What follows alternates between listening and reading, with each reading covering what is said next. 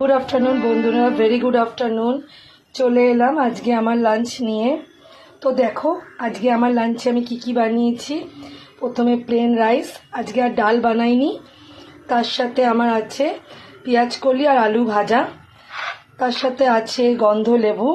Salad তো রোজই লাগে, পেঁয়াজ শসা টমেটো গাজর বিট যেরকম থাকে সেরকম কেটে নিই।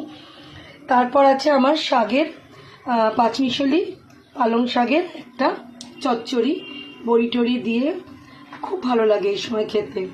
তারপর আছে হাঁসের ডিমের ঝাল, আর দুটো ডিম খেতে আমি খুব ভালোবাসি, তাই আমার জন্য আমি দুটো ডিম নিয়ে নিয়েছি।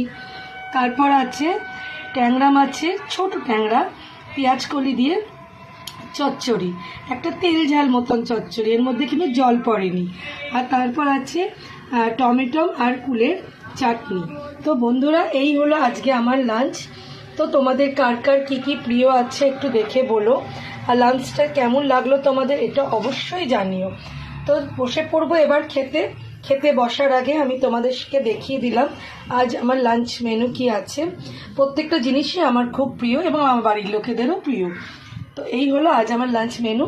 যদি ভালো লাগে একটা লাইক কমেন্ট করে যেও আর শেয়ার করে যেও, আর অবশ্যই একটা লাইক করো যদি তোমাদের ভালো লাগে, শেয়ার করো, কমেন্ট করে পাশে থেকো দিদির।